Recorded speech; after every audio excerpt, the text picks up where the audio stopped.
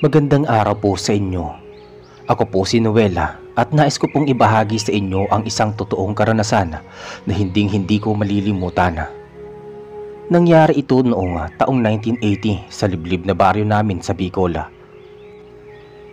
Sa mga panahong yon, bata pa lamang ako at halos walang alam tungkol sa mga kababalaghan.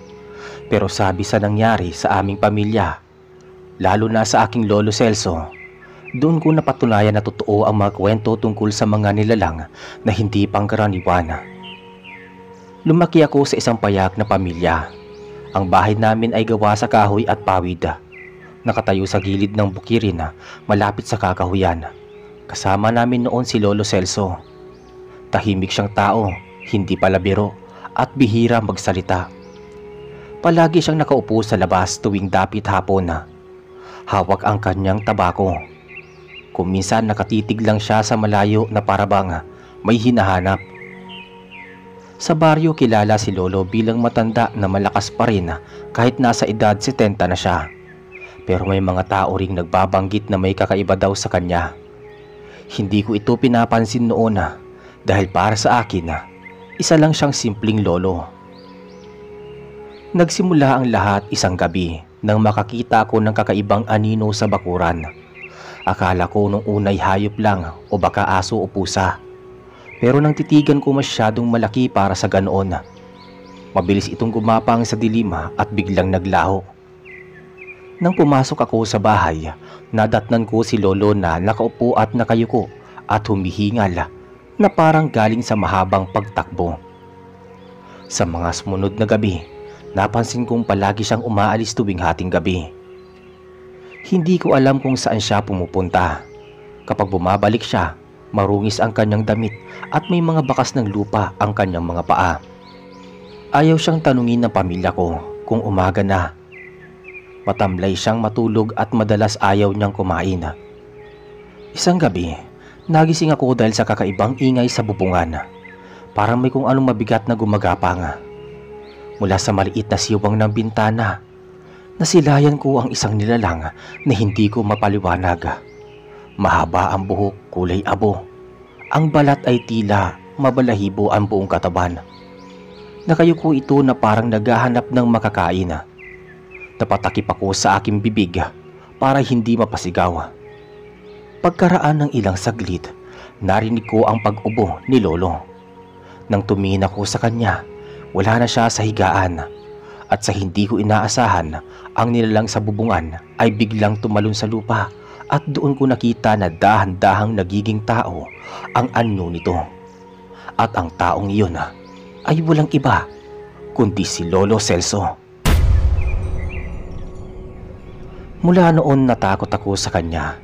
Sinubukan kong magkwento kay nanay pero hindi siya naniniwala. Sabi niya, baka nananaginip lang ako. Pero paulit-ulit itong nangyayari. Kapag may namamatay na hayop sa baryo, palagi may nagsasabing baka gabunan ang may gawa. At sa tuwing may ganoong pangyayari, napapansin kong palaging nangihina si Lolo kinabukasan. Isang gabi naglakas loob akong sumunod sa kanya. Malakas ang ulan noon at madilim ang paligid. Dumiretso sa may kakahuyan. Doon ko nasilayan ang hindi ko makakalimutang tagpo.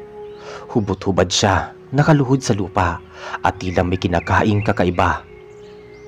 Ang tunog ng kanyang pagnguya ay parang buto ang kanyang dinudurog. Hindi ko kinaya ang nakita ko kaya mabilis akong umuwi. Pagkaraan ng ilang linggo, dumating ang isang albularyo mula sa kabilang baryo. Siya ang nagsabi sa amin ng totoo na si Lolo Celso ay hindi ordinaryong tao kundi isang aswang. Isang uri ng nilalang na kumakain ng laman ng hayop at minsan ng tao. Ipaniliwanag ng albularyo na matagal nang may palatandaan, ngunit hindi lang napansin ng aming pamilya. Mula noon, naging mabigat ang buhay namin. Hindi namin alam kung papaano siya haharapin. Ang ibang kapitbahay ay nagsimulang lumayo sa amin dahil sa takot. At ako bilang apo niya, ay nabuhay sa takot na baka isang araw ay ako naman ang maging biktima ng kanyang pagiging gabunan. Matapos lumabas ang balita na si Lolo ay may kakaibang katauhan, nagsimula nang umiwas ang mga tao sa aming baryo. Kapag dumadaan kami sa palengke, ramdam ko ang mga matang nakatingin at pabulong na nag-uusap. Kapag bumibili si nanay ng bigas o asina, halatang pilit lamang siyang pinaglilingkuran. May mga bata ring natatakot lumapit sa amin, at kahit ang mga matagal na naming kakilala ay nagsimulang lumayo. Si Lolo naman ay hindi nagpapakita ng galit. Tahimik lang siya pero mas lalo siyang naging ilap. Madalas siyang nasa kakahuyan at bihira na naming nakakasama sa pagkainan. Kapag gabi, mas naririnig ko ang mga yapak niya at ang pag-alis sa aming bakuran. Hindi nagtagal, sunod-sunod na nawala ang mga manok at baboy ng mga kapitbahay. Maraming beses na akong nakakakita ng mga bakas ng paa sa putik. At minsan may halong dugo sa bakuran na hindi namin alam kung saan galing. Isang umaga, nakita ko si Lolo na may hawak na tuyong buto na parang galing sa isang hayop. Pilit niya iyong ibinaon sa lupa sa likod ng bahay, pero kitang-kita ko ang bakas ng dugo sa kanyang kamay. Naramdaman ko ang matinding takot pero wala akong nagawa kundi ang magkunwaring hindi ko nakita. Dumating muli ang albularyo na nagngangalang Mang Saryo. Dinala siya ng tiyuhin kong si Berto dahil hindi na mapakali ang pamilya. Ayon kay Mang Saryo, mas lalakas pa raw si Lolo sa mga susunod na buwan dahil ang mga gabunan ay lumalakas kapag tumatanda. Nag-alay siya ng mga ritual sa bakuran. Nagsiga siya ng insenso at nagtaboy ng mga dasala. Pero habang ginagawa niya yon, nakita ko si Lolo na nakatingin mula sa loob ng bahay. Matatalim ang kanyang mga mata at tila ba ayaw niya sa ginagawa ng albularyo. Nang matapos ang ritual, sinabi ni Mang Saryo na hindi sapat ang kanyang ginawa. Kailangan bantayan si Lolo dahil baka sa isang gabi ay may mapinsala siyang tao. Simula noon, napansin ko na mas kakaibang kilos si Lolo. Tuwing dapit hapon nanlalabo ang kanyang mga mata at nagiging mapula. Ang kanyang mga kuko ay humahaba at kumikintab na parang kuko ng hayop. Minsan ay nahuhuli ko na siyang nakatingala sa buwan habang kumikirot ang kanyang panga na para bang nananabik sa isang bagay. Dumating ang isang gabi, hindi kong malilimutan yon. Nasa loob kami ng bahay at malakas ang ulan. Biglang nawala si Lolo sa higaan. Nang sumilip ako sa bintana, nakita ko siyang nakayuko sa isang bakang nakatali sa kapitbahay. Kinakain niya ito habang buhay pa. Ang mga mata niya ay kumikislap sa dilim at ang mga kamay niya ay nakakapit ng mahigpit sa katawan ng hayop. Hindi ko kinaya ang eksenang iyon. Napatras ako at halos hindi makahinga sa takot. Kinabukasan, nagbalita ang kapitbahay na may kung anong pumatay sa kanilang baka. Walang naniniwala sa totoong nakita ko. Pero ramdam kong unti-unti nang nagiging delikado ang presensya ni Lolo. Makalipas ang ilang linggo, isang gabi ay hindi umuwi si Tio Berto. Madalas siyang naglalakad mula sa kabilang baryo. Pero gabing iyon ay hindi siya nakarating. Kinabukasan nagsimula ang paghahanap sa bandang ilog. Nakita ang kanyang tsinelas na may bahid ng dugo. Wala nang nakakita pa sa kanya simula noon. Samantala tahimik lang si Lolo sa kabila ng pagkawala ng kanyang anak. Pero sa mga mata niya may kakaibang ningning na para bang siya lang ang nakakaalam ng nangyari. Doon ko tuluyang kinumpirma sa aking sarili na hindi hayop lang ang punteriya ni Lolo. Unti-unti nang nalalapit ang panghanib sa amin mismo. Sa loob ng aming pamilya, wala akong magawa. Ako'y isang binatilyo at walang lakas ng loob para harapin ang sarili kong lolo. Pagkaraan ng ilang araw matapos mawala si Tio Berto, isa-isa namang namatay ang mga aso sa baryo. Ang unay si bantay na aso ng aming kapitbahay. Kinabukasan, ang alaga naman ng pinsan ko na si Lando. Lahat ng aso ay parehong nawalan ng dugo at walang laman ng tiyan. Nakita kong umuwi si Lolo isang madaling araw. Basang-basa siya sa ulan. Pero ang mas nakakatakot ay ang kamay niyang may bahid ng dugo. Hindi ko na siya tinanong pa. Nakatingin lang siya sa akin ng saglit bago pumasok sa kanyang silid na para bang walang nangyari. Mula noon halos gabi-gabi ay may naririnig na kaming kalabog sa bubong ng bahay. Parang may mabigat na nilalang na naglalakad. Minsan may kasabay pang halakhak na matalima at nakakakilabot. Kapag sinisilip ko mula sa siwang ng bintana, nakikita kong wala namang tao sa labas. Pero ramdam kong si Lolo iyon dahil palagi siyang wala sa kanyang higaan tuwing may ganoong ingay. Si Nanay ay nagtatakip na lang ng tenga at nagdarasal. Ang mga kapatid ko ay natutulog ng magkakatabi dahil sa takot. Isang umaga, nagulat ang buong baryo nang matagpuan ang bangkay ng isang magsasaka sa may maisan. Hubad ang kanyang katawan, tuyong-tuyo at walang bakas ng dugo. Parang piniga ang lahat ng laman. Nag-imbestiga ang mga tanod pero wala silang makita. Ngunit sa loob-loob ko, alam kong si Lolo ang may gawa. Sa tuwing may ganoong insidente, palaging may bakas ng kanyang pagkawala sa gabi. Si Lolo ay tila nagiging ibang tao kapag araw. Tahimik lang siya, halos hindi nagsasalita. At minsan ay nakaupo lang sa ilalim ng puno ng mangga. Ngunit kapag lumapit ako, ramdam ko ang kakaibang enerhiya mula sa kanya. Parang nakatingin siya sa kaluluwa ko. Hindi na rin siya kumakain ng normal na pagkain. Madalas nakikitang nag-iisa sa kusina at umiinom ng mainit na sabaw na hindi ko alam kung saan nanggaling. Minsan ay naaamoy ko ang sabaw na iyon, amoy malansa at parang dugo. Isang araw, biglang nagkasakit ng malubha si Nanay. Hindi mapaliwanag ng albularyo kung anong sakit yun. Nanlalamig siya, nangingitim ang labi at unti-unting nangihina. Kahit anong gamot ang ibinigay, walang bisa. Ang sabi ni Mang Saryo, baka raw may nagpapahirap ng kaluluwa niya. Kinabukasan, nahuli ko si Lolo na nakatingin kay Nanay habang ito'y nakahiga. Nakapako ang mga mata niya sa dibdib ng Nanay at para bang hinihigop niya ang lakas nito gamit ang titig pa lang.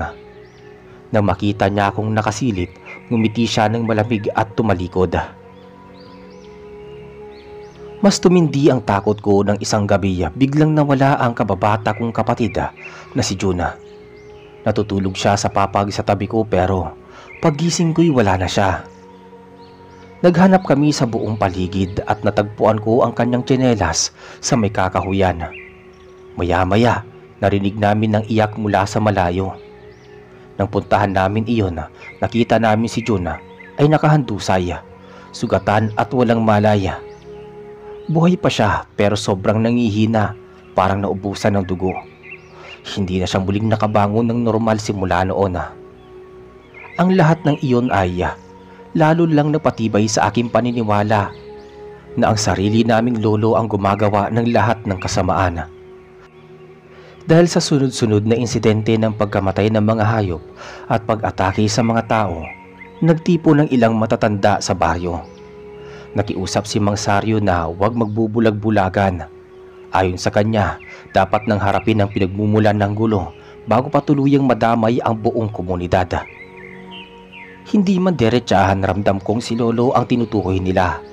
Ang mga mata nila ay pasulyap-sulyap sa amin habang nagpupulong. May iba pang sumang-ayon na matagal na nilang napapansin ang kakaibang kilos ni Lolo, lalo na kapag gabi. Isang gabi, inutusan akong bumili ng sigarilyo para kay Lolo. Ayaw ko sanang lumabas pero wala akong nagawa. Habang naglalakad ako pa uwi, nadaanan ko ang tatlong kalalakihan na nagkukwentuhan sa gilid ng kalsada. Narinig ko ang isa na nagsabi na balak raw nilang puntahan si Lolo at tignan kung totoo nga ang hinala nila. Para akong binuhusan ng malamig na tubig. Alam ko nga mapanganib iyon dahil hindi nila alam kung gaano kalakas ang kakayahan ni Lolo. Kinabukasan ng gabi, dumating ang ilang kalalakihan sa bahay namin. Bitbit nila ang mga itak, bawang at asin. Ayaw sana nilang makipag-usap kundi nila gustong kumpirmahin ang hinala nila. Pinilit nilang pumasok kahit pinigilan sila ni nanay. Sa kalagitnaan ng kaguluhan, biglang lumabas si Lolo mula sa silid niya. Nakayuko siya, nakasuot ng lumang kamiseta at parang walang pakialam sa sigawan. Ngunit nang makita niya ang mga dalang itak at asin, bigla siyang nag-angat ng muka. Ang mga mata niya'y nagkulay pula at ang ngiti niya'y parang hindi pangkaraniwan. Tumigil ang lahat, walang nagsalita. At sa isang iglap, sumabog ang malakas na hangin mula sa kinaroroonan ni Lolo. Para bang may puwersang dumaan na nagpahinto sa lahat ng galaw ng mga tao. Isa sa mga kalalakihan, si Mang Teryo, ang unang naglakas loob na sumugod. Ngunit bago pa niya mataas ang kanyang itak, bigla siyang natumba at nagsimulang mangisay. Walang nakalapit sa kanya. Nakita kong nakatingin lang si Lolo sa kanya at unti-unting namutla si Mang Teryo hanggang sa mawalan ng ulirat. Nagkagulo ang mga tao. Ang iba ay nagtakbuhan palabas, ang iba na may nagdasala. Ako mismo ay hindi mapagalaw sa takot. Matapos noon, nagsalita si Lolo ng mabagal at malamig na tinig. Hindi ko na uulitin ang eksaktong mga salita dahil wala akong narinig na malinaw na dialogo. Pero ramdam ng lahat na siya'y nagbabanta na wag silang lalapitan muli o makikialam. Pagkatapos noon, naglakad lang siya pabalik sa kanyang silid at isinara ang pinto na para bang walang nangyari.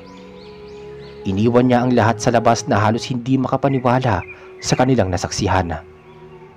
Simula noon wala nang muling naglakas loob na kumprontahin si Lolo. Lalong lumaganap ang takot sa buong baryo. Kapag may nag-uusap tungkol sa kanya, palaging pabulong na para bang baka marinig sila kahit wala siya. Ngunit hindi natigil ang mga insidente. May mga hayop pa rin namamatay at may mga taong nagkakasakit ng walang dahilan. Ang bawat gabi ay nagiging mas nakakatakot at kahit kami mismo sa bahay ay hindi mapakali sa presensya ni Lolo. Isang madaling araw nagising ako dahil sa kaluskos mula sa silid ni Lolo. Hindi ako sanay na bumangon ng ganoong oras. Pero tila may humihila sa akin para tumayo at silipin siya. Nang sumilip ako sa siwang ng pinto, nakita ko si Lolo na nakaupo sa may sahig. Ang katawan niya'y nakayuko at parang may kinakain siya. Nang masanay ang mata ko sa dilim, doon ko napagtanto na hindi pagkain ang nasa kamay niya, kundi parang laman ng hayop. Basang-basa ng dugo ang paligid ng bibig niya. Hindi ko mapigilang manginig. Mabuti na lang at hindi niya ako napansin kaagad. Agad akong bumalik sa kwarto at nagkunwaring natutulog. Makalipas ang ilang araw, kumalat ang balita na may nakita raw ng malaking nilalang sa may kakahuyan. Ayon sa ilang nakakita, may pakpak ito at kulay itim ang balat. Malakas ang huni ng mga paniki tuwing gabi at madalas ay naririnig ng mga taga-baryo ang malakas na yapak mula sa kabundukan. Nagsimula nang magduda ang lahat na baka hindi ordinaryong aswang ang gumagala sa lugar namin. May ilan na nagsabi ng salitang gabunan, isang uri ng halimaw na mas malakas kaysa sa karaniwang nilalang ng dilim. Lalong lumala ang kilos ni Lolo. Hindi na siya lumalabas ng bahay tuwing araw. Halos gabi na lang siya nakikita. At sa tuwing umaga ay halos sobra siyang nangihina. Ang balat niya'y unti-unting nagdidilim at minsan kapag nahuhuli ko siyang nakatulala, nagiging pula ang kanyang mga mata. Si nanay naman ay pilit pa rin nagtatanggol sa kanya. Ayaw niyang aminin na may kakaiba kay Lolo pero alam ko sa aking sarili na hindi siya ordinaryo at hindi siya ang dating tao. Dumating ang isang gabi na biglang naglaho si Lolo. Hindi namin alam kung saan siya nagpunta. Sa takot halos walang nakatulog sa amin. Kinaumagahan may balita na may natagpuang patay na may baka sa gilid ng ilog. Bukas ang tiyan nito at wala na ang laman loob. Lalong napatunayan ng mga taga-baryo ang kanilang hinala. May gabunan nga sa paligid at malapit lang ito. Pag-uwi ni Lolo kinagabihan, ramdam agad ang kakaiba sa kanya. Ang mga damit niya'y basang-basa at may bakas ng dugo. Tahimik lang siyang umupo sa may hapag pero walang kumain sa amin. Ang katahimikan ng gabing yun ang pinakamasakit. Walang gustong magsalita pero lahat kami may parehong iniisip. Kinabukasan, dumating si Aling Marta, isang matandang albularyo mula sa kabilang baryo. Siya'y pinatawag ng mga tao dahil hindi na nila itinago ang kanilang takot. Habang nakikipag-usap siya kay nanay, pasimple niyang tinitigan si lolo. Maya-maya sinabihan na kaming lahat na mag-ingat at magdasal dahil ang nilalang nakasama namin sa aming bahay ay hindi na tao, kundi isang ganap na gabunan. Halos mawalan ako ng hininga nang marinig ko yun. Hindi ko alam kung anong dapat na maramdaman, takot, galit o awa. Kinagabihan din muling nawala si lolo. At doon na nagsimula ang matinding pangyayari. May sumisigaw sa kabilang dulo ng baryo. Isa na namang bahay ang sinalakay ng nilalang. Nang puntahan ng mga tao, nakita nilang wasak ang bubong at ang mga alaga nilang manok at baboy ay patay na. Habang nagkakagulo sa labas, bigla kong narinig ang malakas na hampas ng pakpak mula sa taas ng bahay namin. Tumigil ako sa paghinga. Sigurado ako nga si lolo yun. Mula noon, wala nang gustong lumapit sa amin talaga. Hindi na kami pinapansin ng mga kapitbahay. Para bang kami mismo'y nagdala ng sumpa sa baryo. Ang dating tahimik na komunidad ay naging lugar ng puro takot. At ako bilang apo ni Lolo Celso, wala akong magawa kundi panoorin kung papaano siya tuluyang nagiging halimaw. Matagal ko nang nararamdaman na darating ang sandali na hindi ko na maikakaila sa aking sarili ang totoo. At dumating nga iyon. Isang gabing walang buwan, tahimik ang paligid, maliban sa mga malalakas na huni ng mga kuliglig. Habang nakahiga ako, bigla kong narinig ang malakas na kalabog mula sa may bubungan.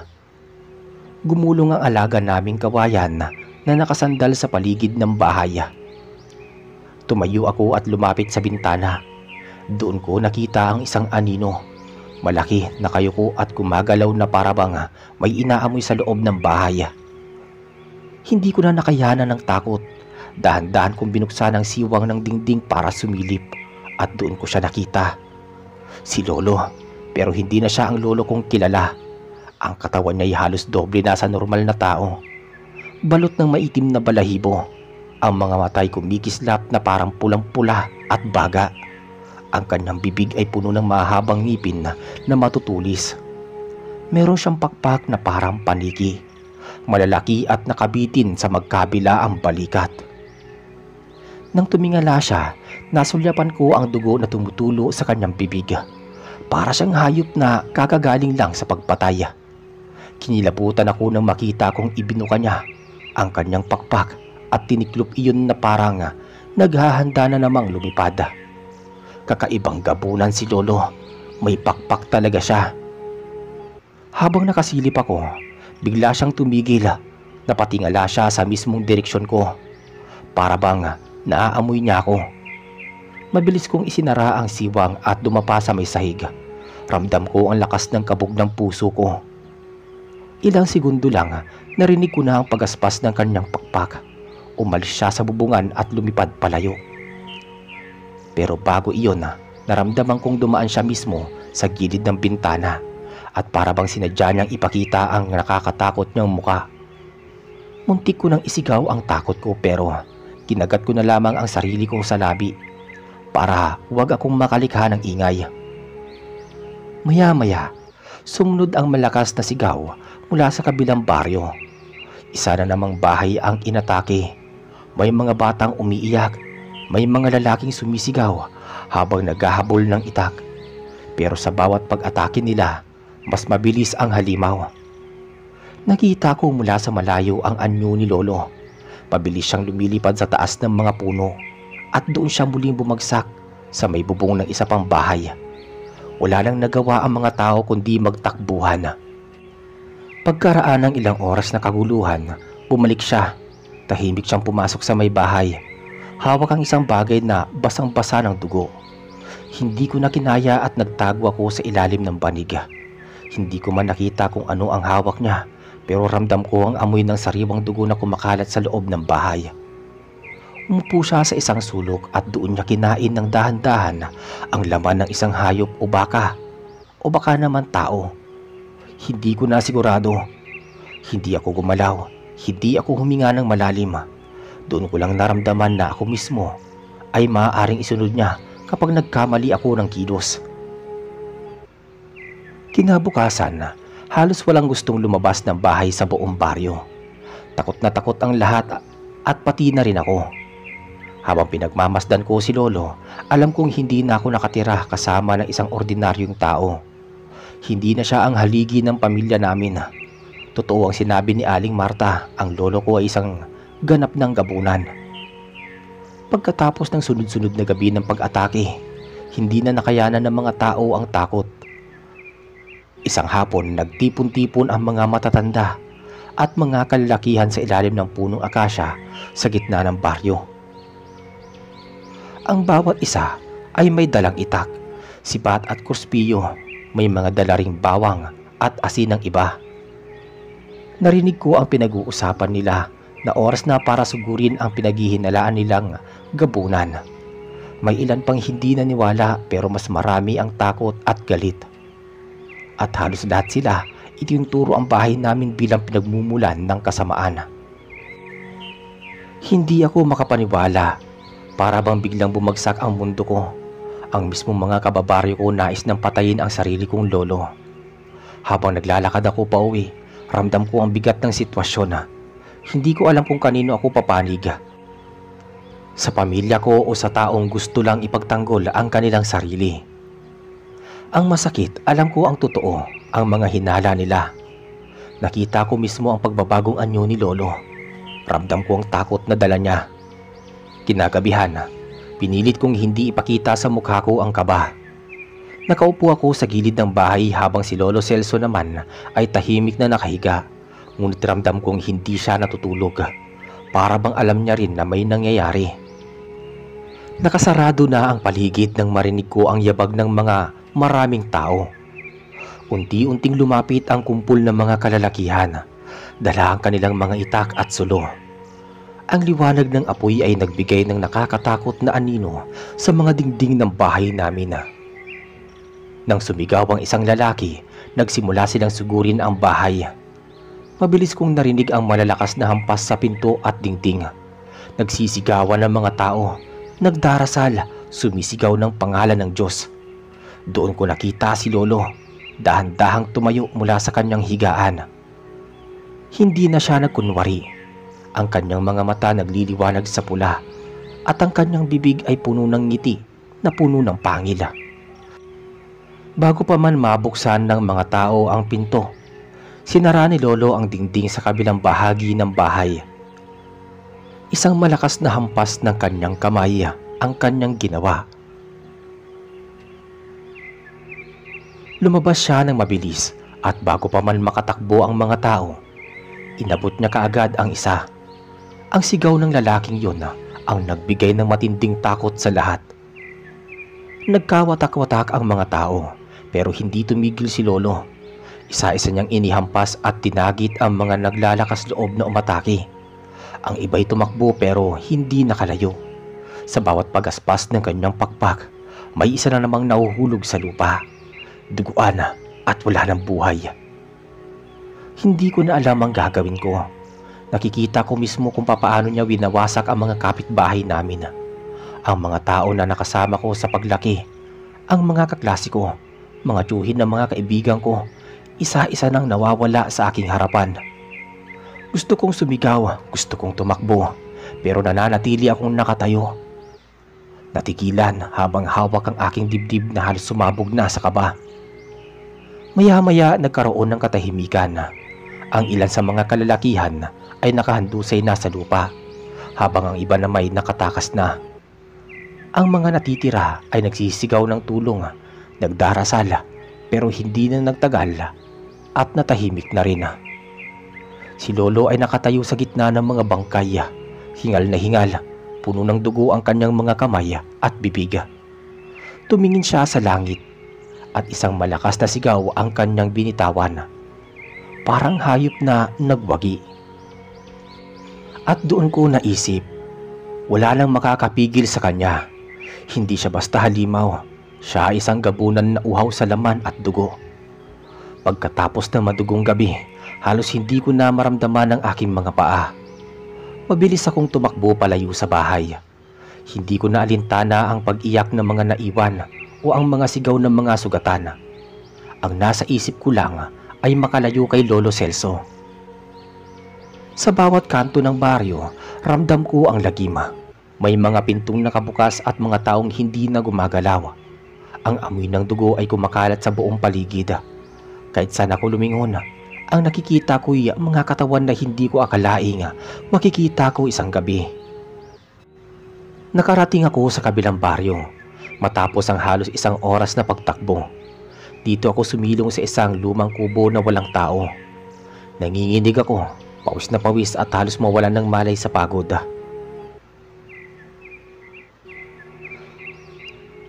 Hindi ko alam kung papaano ko tatanggapin na mismong lolo ko ang gumagawa ng lahat ng yun. Ilang sandali lang dumating ang ilang taga roon. Nagtaka sila kung bakit daguan ang aking damit.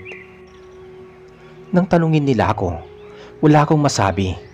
Nanginginig ang labi ko, hindi ko kaya magsalita. Kinabukasan kumalat ang balita sa buong lugar. Maraming bangkay ang natagpuan sa baryo namin. Ang iba ay walang ulo, ang iba'y wala ng laman ang dibdib. Sinasabing gabi raw iyon ng pinakamatinding pag-atake ng gabunan. Nakarating din sa mga taga-baryo na nakakita sa akin na ako lamang ang nakaligtas mula sa bahay namin. Doon nagsimulang magtaka ang mga tao. Bakit ako raw ay buhay samantalang ang iba'y hindi? Unti-unti nilang inuugnay ang pangalan ko sa ginawa ni Lolo. May ilan na nagsasabi na baka raw kasabwat ako. May nagsabi rin na baka raw ako mismo ay isa ring gabunan. Kaya hindi ako pinatay ni Lolo. Ang mga tingin nila sa akin ay puro galit at takot. Kahit saan ako magpunta, susundan ako ng gabunan at iiiwas. Ang masakit, wala akong magawa kundi tanggapin yun.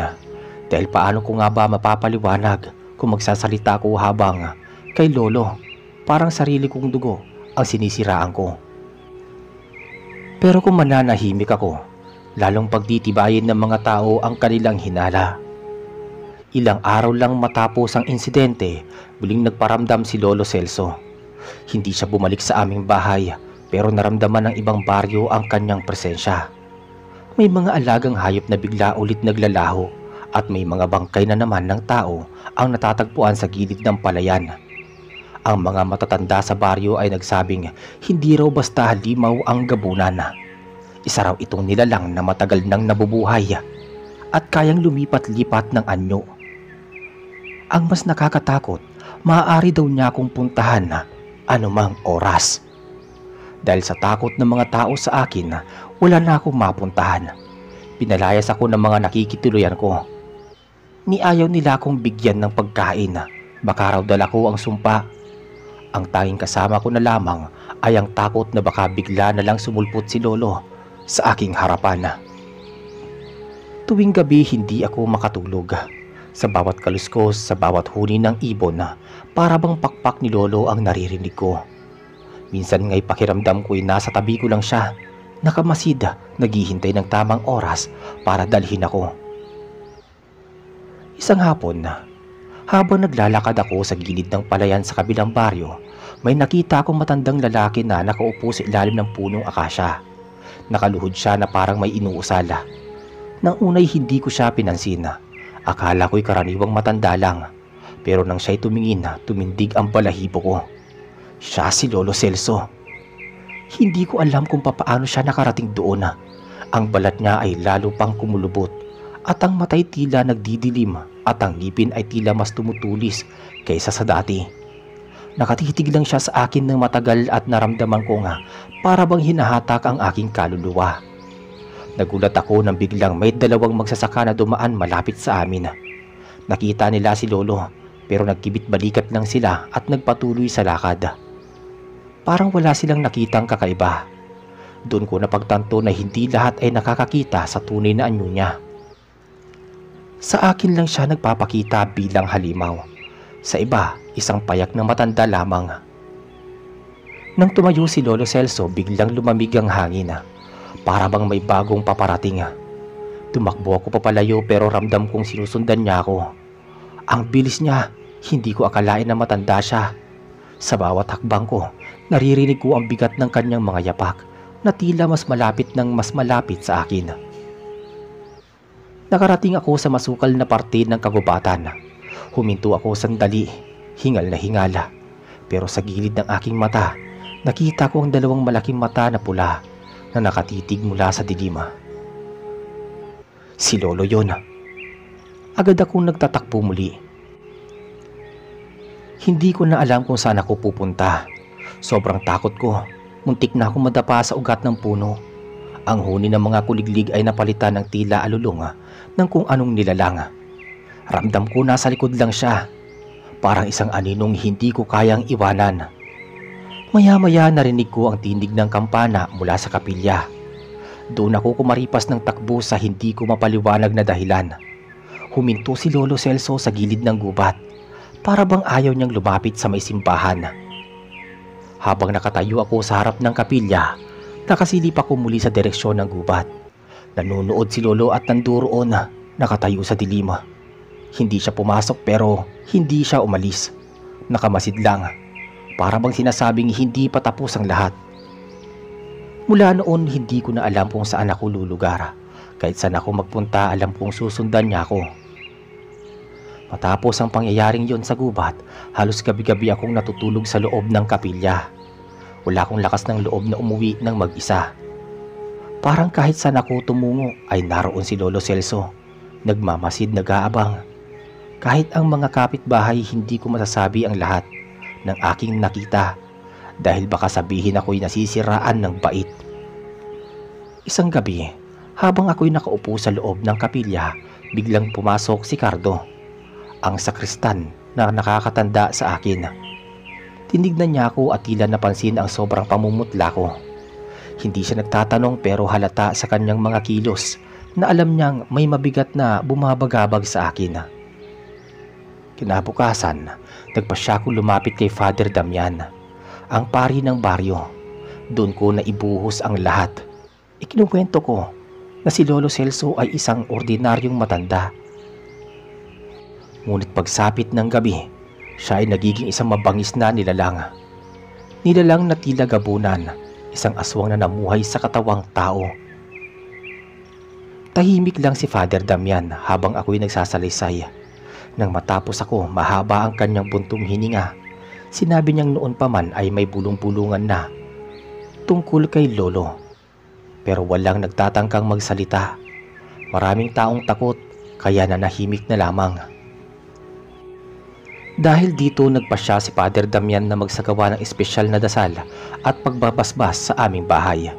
Kasamang ilang katandaan ng baryo, nagdala sila ng mga kandila, asin at banal na tubig. Sa unang pagkakataon parang nakahinga ko ng maluwag, ngunit sa mismong gabi ng pagbabasbas, doon nagsimula ang mga mabibigat na pagsubok. Habang inuusal ang dasal, biglang bumigat ang hangin. So ibig sabihin na tumatahimik ang paligid at tanging pag-iyak ng mga bata sa kabilang dulo ng baryo ang maririnig. Ang mga kandila ay isa-isang napatay. Sa pintuan unti-unting lumitaw ang anino ni Lolo Celso. Ang kanyang anyo'y hindi na tao kundi isang nilalang na balot ng dilim. May pakpak na parang malalapad na balat ng paniki. Ang kanyang mga matay maliwanag na pula at nakatitig sa amin na para bang gutom na gutom. Ang mga kasama kong matatanda ay nagsipag-usal ng dasal pero ramdam kong nanginginig din sila sa takot. Hindi siya tuluyang nakapasok sa loob ng bahay. Parang may harang na hindi niya malampasan. Ngunit habang nakatitig siya sa akin, ramdam kong ako lang ang nais niyang makuha. Para bang ako lang ang pakay niya at lahat ng ito ay laro lamang upang takutin ng iba. Maya-maya, biglang naglaho ang kanyang anyo sa dilim. Ang mga kandila'y muling nagliwanag at ang lahat ng tao ay nagkatinginan. Pagkatapos ng gabing yun, Sinabi ni Father Damian na hindi pa tapos ang lahat. Malakas ang puwersa ni Lolo Celso at baka kailanganin ang mga matinding paglalaban. Ang dasal lamang, ayon sa kanya, ay hindi sapat. Ako'y lalo pang kinilabutan sapagkat kung hindi sapat ang simbahan, saan pa ako tatakbo? Matapos ang pagbabasbas sa aming bahay na hindi rin naging sapat, napagkasunduan ng matatanda sa baryo na dalhin ako sa isang kilalang albularyo sa kabilang bayan ng Santa Maria. Ang pangalan niya ay Mang Lucio at kilala siya sa lugar bilang marami na raw beses na nakalaban ang mga kakaibang nilalang. Naglakbay kami ng umaga, sakay ng jeep. Habang umaandar, ramdam ko ang bigat ng dibdib ko. Para bang bawat kilometro ay may matang nakamasid sa akin na may aninong sumusunod. Pagdating sa bahay ni Mang Lucio, sinalubong kami ng amoy ng mga halamang gamot. Usok mula sa insenso. Mahaba ang kanyang balbas at tila may edad na, ngunit matalim ang kanyang mga mata. Pag-upo ko sa harap niya, agad niyang inilabas ang isang maliit na bote ng langis na kulay itim. Hindi pa ako nagsisimulang magsalita nang bigla niyang sambitin na malakas ang nakakapit na anino sa akin. Para daw akong may bantay na nilalang. Isang gabunan na hindi pumapayag na mapunta ako sa kamay ng iba. Ayon kay Mang Lucio, si Lolo Celso ay matagal nang may kasunduan sa dilim. Hindi raw basta aswang lamang, kundi isang nilalang na may kakayahang magpalit ng anyo at manghawa ng kanyang dugo sa mga susunod na salin lahi. Sa kanyang mga salita, halos mapahawak ako sa aking dibdib. Ibig bang sabihin may posibilidad na ako mismo'y mahawa ng sumpa? Ngunit hindi ko masabi iyon ng malakas. Nananatili akong tahimik at nakikinig. Sinimula ni Mang Lucio ang ritual. Pinaupo niya ako sa gitna ng bilog na iginuhit mula sa durog na asina at uling. Sa paligid ay naglagay siya ng mga kandila at inusal ang kanyang dasala. Pinahawak din niya sa akin ang isang piraso ng dahon ng bayabas na may patak ng langis. Habang tumatagal, pakiramdam ko'y bumibigat ang aking katawan. Parang may nakadagan sa aking dibdib at halos hindi ako makahinga. Ang mga kandila ay isa-isang nagliyab ng mas maliwanag at tila may mga aninong kumikilos sa paligid ng dingding. Bigla na lang dumagundong ang bubong ng bahay ni Mang Lucio. Ang lahat ng naroon ay napatingala. Malakas ang kalabog at parang may malaking pakpak na pumapagaspas. Sa labas tila may umuungol at kumakaskas na parang hayop na gutom. Alam namin si Lolo Celso yun. Sinundan kami at ayaw akong bitawan. Ang mga kasama kong matatanda ay nagsipagdasal pero nanginginig ang kanilang mga kamay.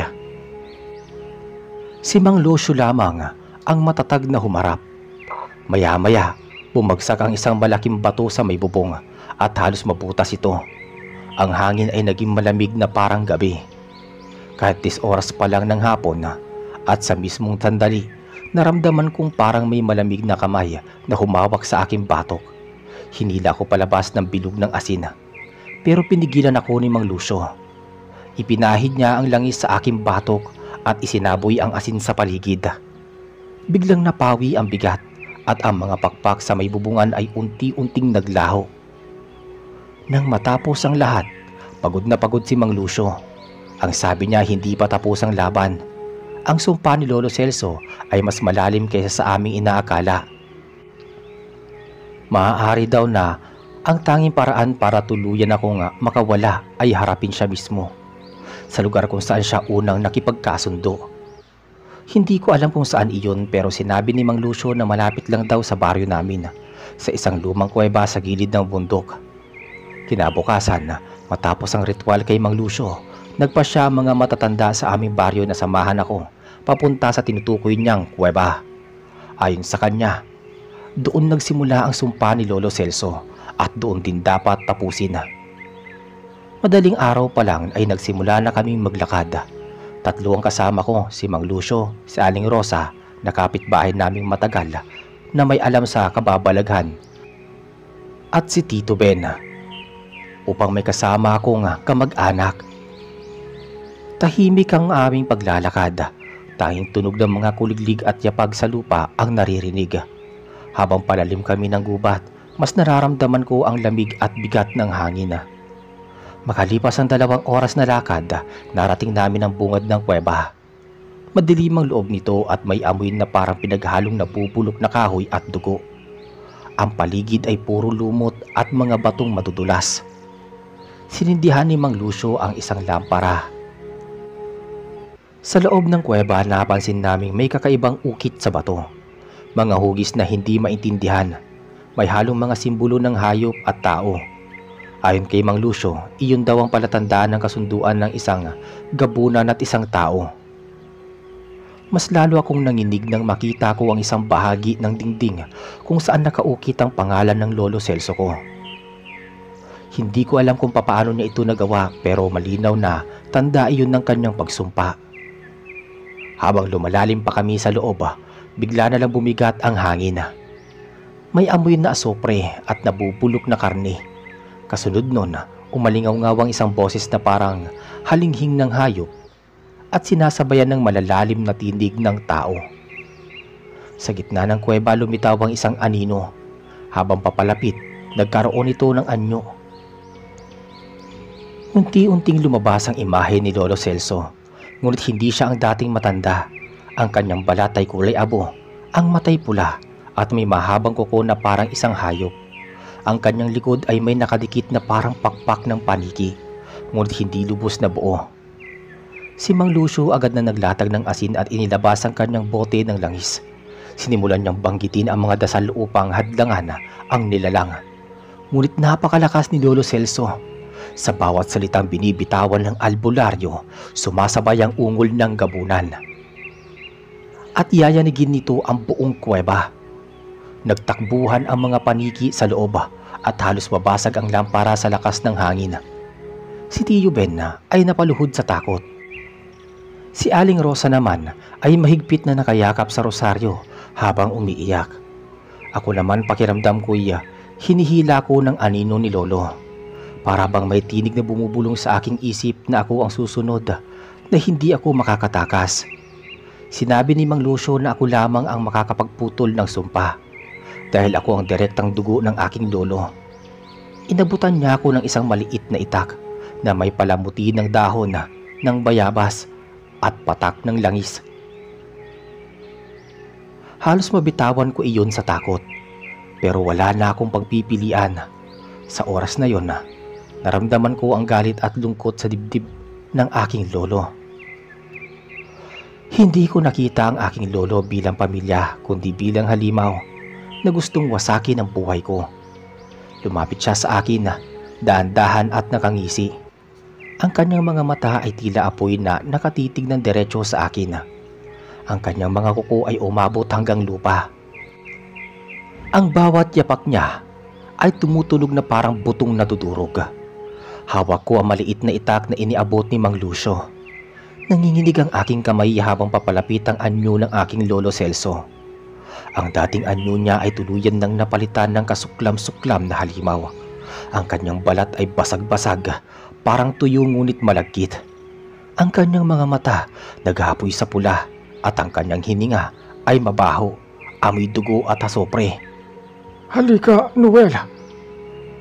Ang tinig niya ay malalim at parang may kasabay na daing ng mga hayop. Ikaw ang susunod sa akin. Dugo natin ang magpapatuloy. Para akong natigilan, hindi makakilos, ngunit biglang sumigaw si Mang Lucio.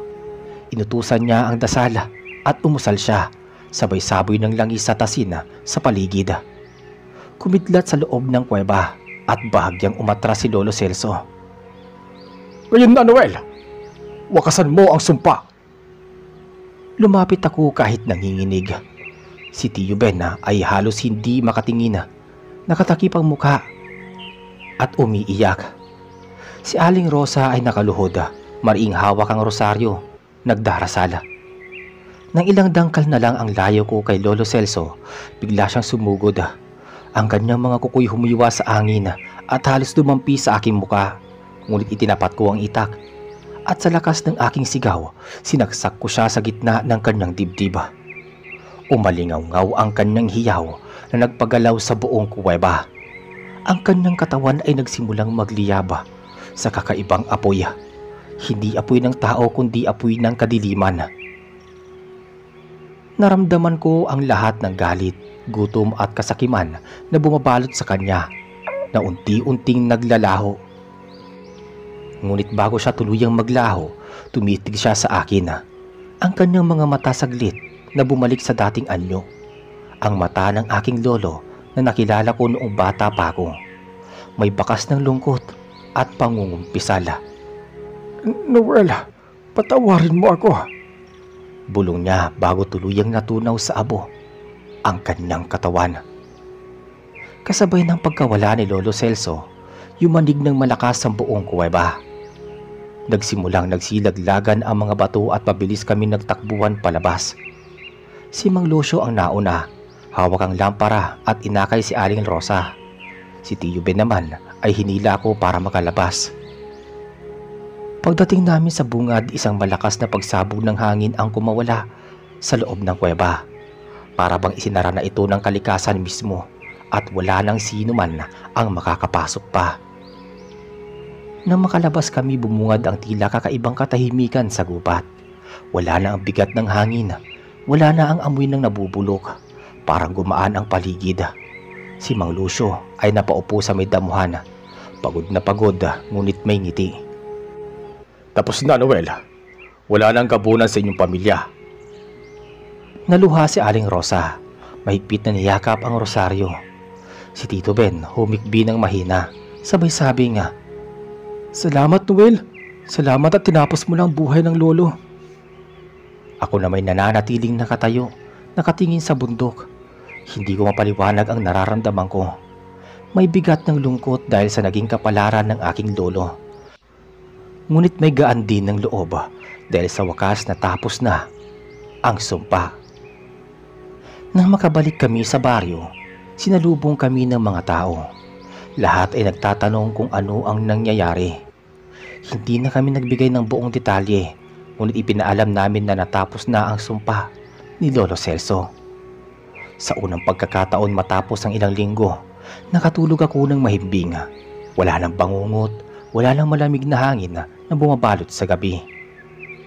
Lumipas sa mga taon at nananatili ang aking alaala sa gabunan kong lolo.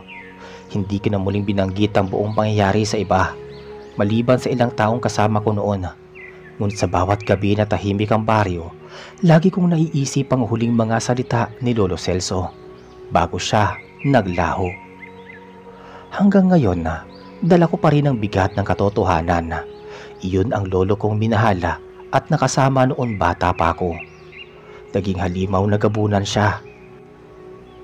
Ngunit kahit ganoon, sa huli siya pa rin ang nagpakita ng pagsuko at paghingi ng tawad.